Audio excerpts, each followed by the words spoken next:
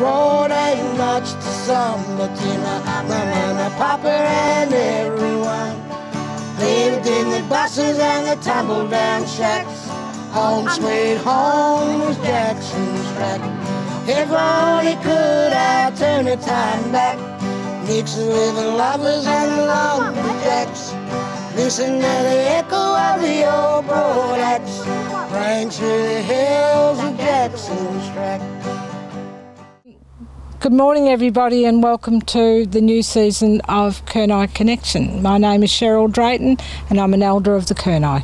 Fantastic, and I keep thinking of you as Cheryl Mullet, which of course is your other persona, isn't it? Yes, long time ago. And you're actually featuring on today's show, and Cheryl hasn't even seen her own story, so she's This will be interesting. She's going to be pleasantly surprised too. Now, I won't steal her thunder, and let's go and see what she's got to tell us. Cheryl Drayton. Yeah. Well, Nee Mullet. Okay, now perhaps you'd better tell me who you are because I get it wrong. Right, I'm Cheryl Drayton. Maiden name was Mullet. Grew up on Jackson's track.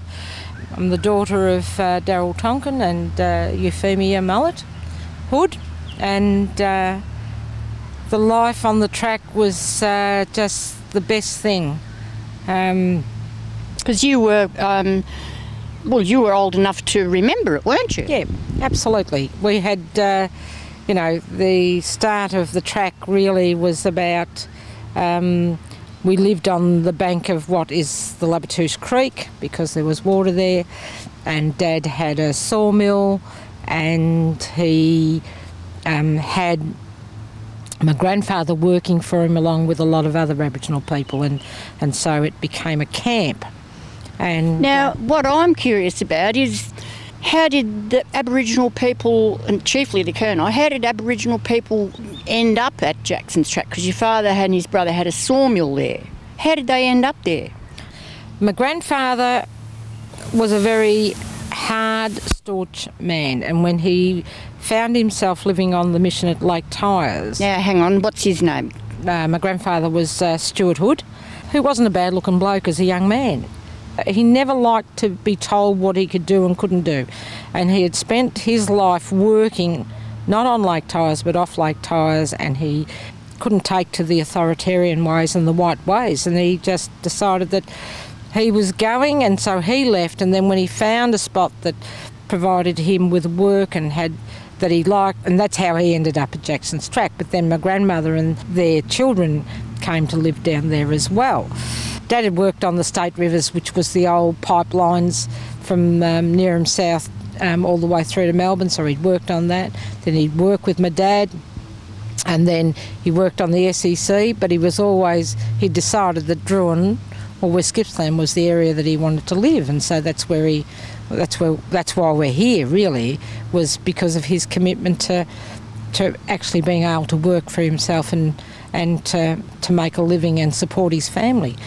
And I think those sort of things you don't hear much about, because the reality of living on Lake Tyers was that you know, really didn't have a say over who you were going to be and where you were going to be, because you were being told by the government or by the station manager that this had to be done. He didn't like that, so hence he left.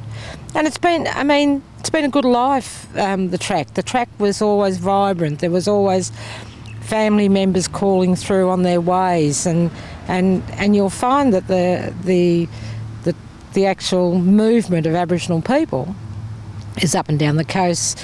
You could see somebody in Druin one week and then meet them in Eden the following week. So the movement of Aboriginal people has always been there. And we found that on the track, that the families that came and went. And I remember, you know, starting my school life off at Labatouche, and we had to walk, it would have been probably 2.5 k's and maybe 3 k's to school.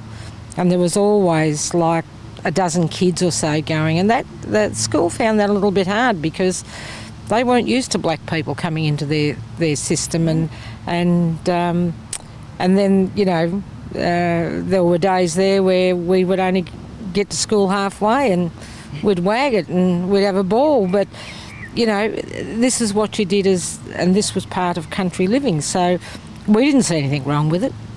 The school teacher thought it was, you know, not a very good thing to be missing school. But you've fitted in there all right, or you say that it was a bit dodgy? No. School at Labatouche was fantastic. We went to school. It's like everything.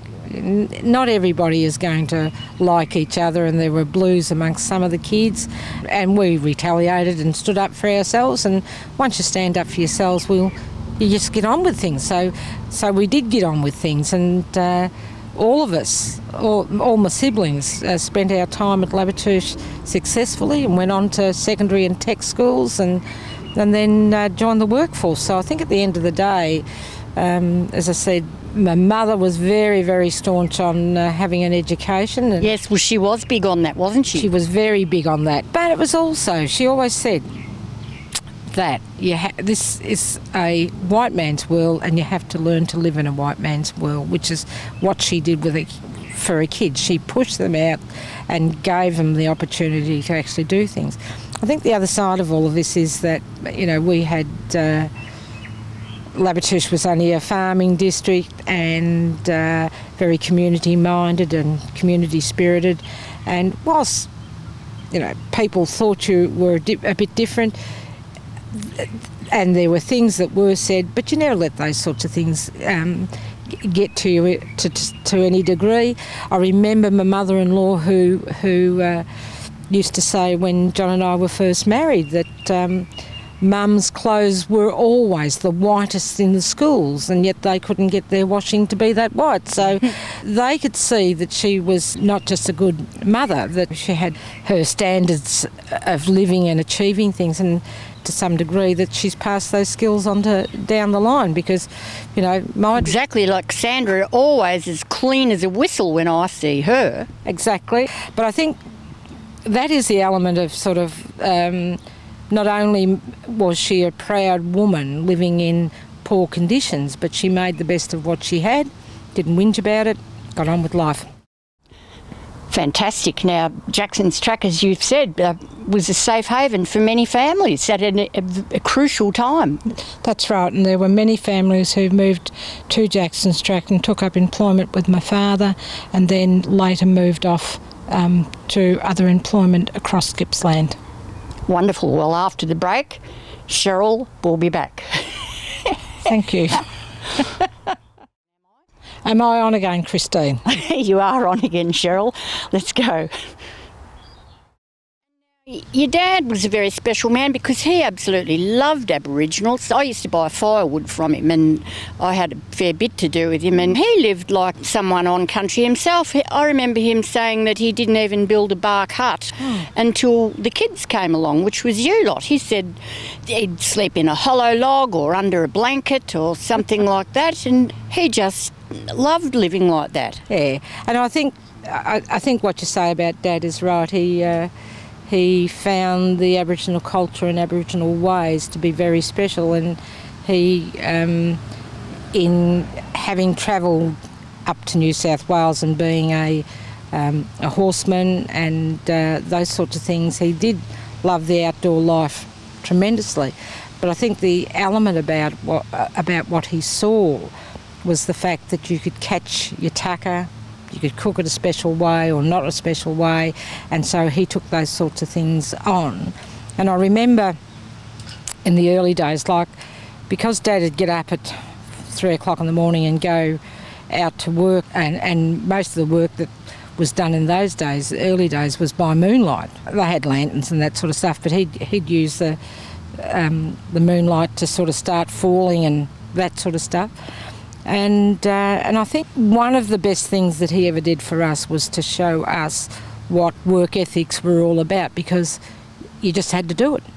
But I think those are the things that that most parents try and do, is to provide their children with great work ethics so that they can find their way in life. But I found Dad's generosity and I found his humanitarian ways to be special, because he didn't judge people. He accepted them for what they were. Well, that's it. He's a very special man, and the great thing is that he's gone down in history already and he's going to stay there, what's more. And now, what about your memories of actually living out at Jackson's Track? It must have been bliss. It was, and I think the other side of it was the amount of having siblings and having cousins and that sort of stuff. We'd go off and we'd follow the creeks along, and we'd end up chasing possums, and we had swimming holes and we made them bigger. And in those days there was, fish in the creek, so you went fishing and to get something to eat, and there were mussels, always mussels that you could boil up and eat and do that sort of stuff. Life there was really good. But as kids we still had our chores. Our chores was to fetch the water out of the creek. Our chores was to make sure there was plenty of firewood for cooking, as well as that you could stand around. And the evenings were always spent, and I've got fond memories of Auntie Gina. She was the joker, and we'd all be sitting around the campfire, and then she would disappear, and then she'd try and scare us, and that made good fun for the kids because there was this excitement of her trying to scare us. But I think we learned a hell of a lot about the bush. We learned about what you could eat, what you couldn't eat. We learned about being able to remember which way you went in terms of the bush. We knew it inside out by the time we'd finished with that. And as we got older, Dad, we were still going out to the Bunyip State Forest, and I remember as a kid, and I said to Dad, years later, like 15 years ago, I said to him, you weren't a very good parent because you used to put us on that draft horse and the log, and she was snigging a log, and you left us. We only had to fall off and we'd be dead. And I said, well, that's not a very responsible parent. They used to say, oh, nothing had happened to you. And so that was one element. And I remember he had these old blitzers, and we'd go out there, and of course the blitzers never had any brakes, and he used to put the log behind it to slow it down, and we'd be coming down, and then to totally stop, he'd hit a tree. Don't worry about the kids on the back, Dad, they're all right. So, but we did all that sort of stuff, and if you think about it today, DHS would be upon him for being negligent parent, but that was the sorts of things you did in those days. And, thank God we didn't have a nanny state then. But exactly. We do now. We do now. And now people started coming to Jackson's Track from a long way away too, from further up northern Victoria, because things weren't safe up there. Kids were being knocked off from their parents and all sorts of things, hey? That's right. And I think at the end of the day, the reality was that they saw Jackson's Track as a haven where they could come and be safe. The authorities didn't come. But at the end of the day, when I think back about Dad and Mum's life, it would have been horrendous for them, because there shouldn't have been any cohabitation between black and white people. There wasn't to be. They got away with it, which was great, and they had, they had a family that was all that they were interested in. Dad continued to work and support us. We lived out there because that was the safer part of it, and thank God we did, because I don't know whether I could live in town at all. Because you might have been nicked too, mightn't you? Well, these were the sorts of things, and I think at the end of the day, when Jackson's Track finally failed, was the fact that people saw it as being a disgrace, and in actual fact the people that lived there were the happiest that they would ever be. But the white people looking at it thought it was a dirty camps, and they weren't that at all. They were huts that other white people would have been happy enough to live in and to have a job and work until such time as they could make their life better. But for us, it was a great lifestyle and a great upbringing, and hasn't done any of us hasn't created any problems per se. In fact, if people who thought they were hard done by, they should go and live without electricity and fetch and carry water and wood and so on. It might make them more appreciative of what's available now. So I think those days of hardship doesn't hurt anybody. Yes, that's a very good point. Well, thank you very much for those few memories and words. Thank you very much. Thank you, Chrissy. It's been a pleasure talking to you. Well, you did a great job there. I enjoyed that very much, and, well, you have yet to see it yourself. But you'll enjoy it too, I'm sure. Thank you, Christine. And now I'm very glad that somebody took all those wonderful photos. Now, what's the go there? The person or the man that took those photos is a gentleman by the name of Richard Seeger, and Richard used to come out and we called him Dick, and he came out and spent a lot of time with us on Jackson's Track taking photos of everybody, and his collection is held at the museum in Victoria, so if you want to, if you went to the museum, you'd find that they would be able to show you some of those. Well, I'm glad about that. We'll see you after the break. Welcome back to Kurnai Connections, and now we have Roy Putty Dow. Ray Putty Dow. Well, Pud, it was Australia Day recently. What does Australia Day mean to you? It means the invasion of the white man. And I think back to many stories I've heard and seen that were documented by the white man, and some of them are quite sad, and well, it's fair enough, they got their day to celebrate, but we don't celebrate that day. No, and as one of my friends put it, there should be another day selected that's not such controversial day, and then everybody can celebrate Australia Day, correct? Yeah, well, they can do it on my birthday. That sounds pretty good. But if they knock that back, perhaps mine. Oh, no, I don't think it'll be yours. It's more likely mine. Yeah, well, now, I reckon that Aboriginals would do a really good job of looking after the national parks, because they wouldn't control burn and light fires on 37-degree days with 80 kilometres per hour, 80 kilometres an hour north winds. Yeah.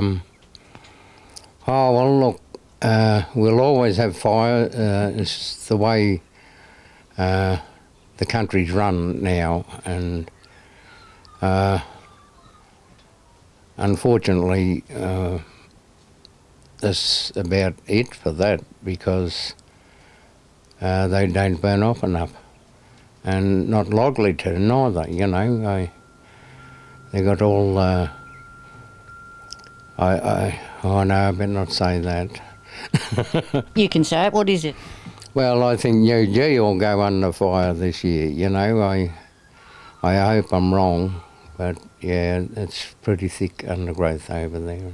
Well, they just don't do it right, do they? No, I hope I'm wrong there, but they got to think of a plan over the winter and really hook in, maybe clean them up, clean the bush up. A lot of people on the dole doing nothing. They can do a day, a fortnight, wouldn't hurt. That's a good idea. And now, if I don't know if native title's likely to come through, but if it does, then Aboriginals could have a bigger hand in sort of proper management of these state parks.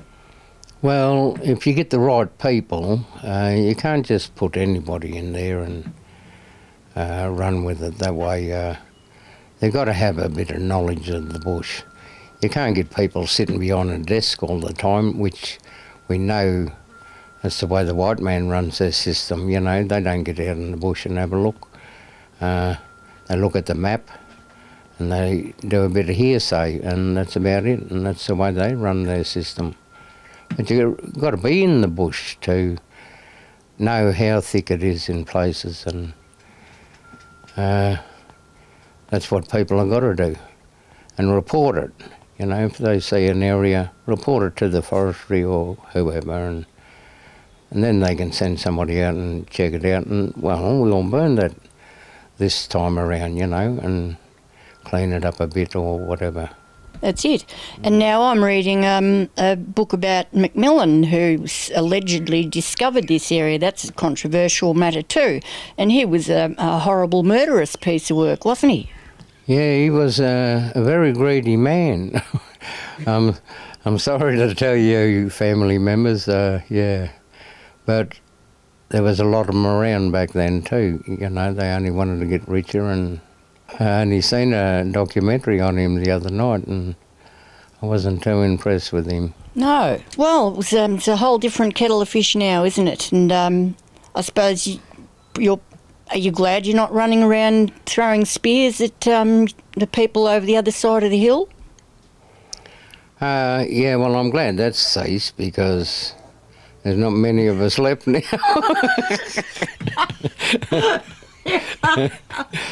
And yeah, we're definitely a dying race, but well, some of them will survive. I'd hate to think the next 100 years, all of them gone by then, especially the full bloods.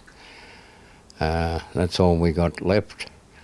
And they don't like us not because we're half caste. Oh, yeah, of course. You can't win, can you? No, we're fighting a losing battle. White man called us a black bastard. And, yeah, they got their own names for us, them full bloods. But I have met a lot of good full bloods. There's no doubt about that. Okay, now you've just got the most impressive beard put. I've been admiring it for years, and it's just getting more and more graceful with age. It makes you look like a really wise man. Would that be right? I don't know about that, but I just think a lot more about life in general now.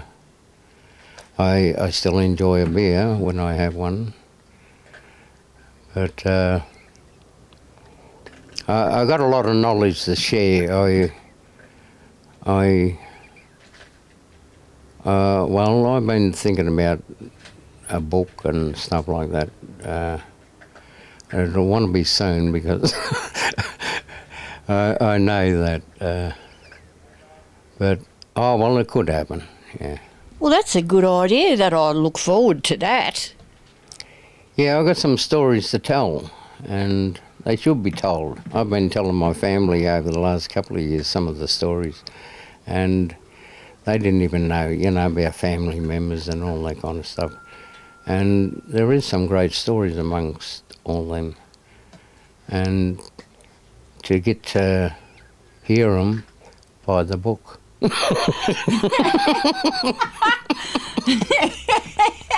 No worries, I'll be first in line. Well, thank you very much, Pud. Thank you, Chrissy. Now we need a drink. Yeah, that was good, wasn't it? You want a glass of water? Yes, please. Is it good water? Well, you'll be hearing a bit about Macmillan over the course of this season. I mean, he was responsible for murdering a lot of the ancestors, wasn't he? Yes, he did a lot of the massacres in Gippsland, and they're all recorded. That's right. Well, that'd be it for today's show, would it, Cheryl Mullet? Thank you, Christine. That would be it. Look forward to the next Kurnai Connections. See you next week. Civilization moving along. Jackson's track has long since gone. It's gonna live in my memory. Home for my mama and my papa and me. If all we could, I'd turn the time back. Mixing with the lovers and the lumberjacks. Listen to the echo of the old broad axe. Rang through the hills of Jackson's track. Stop!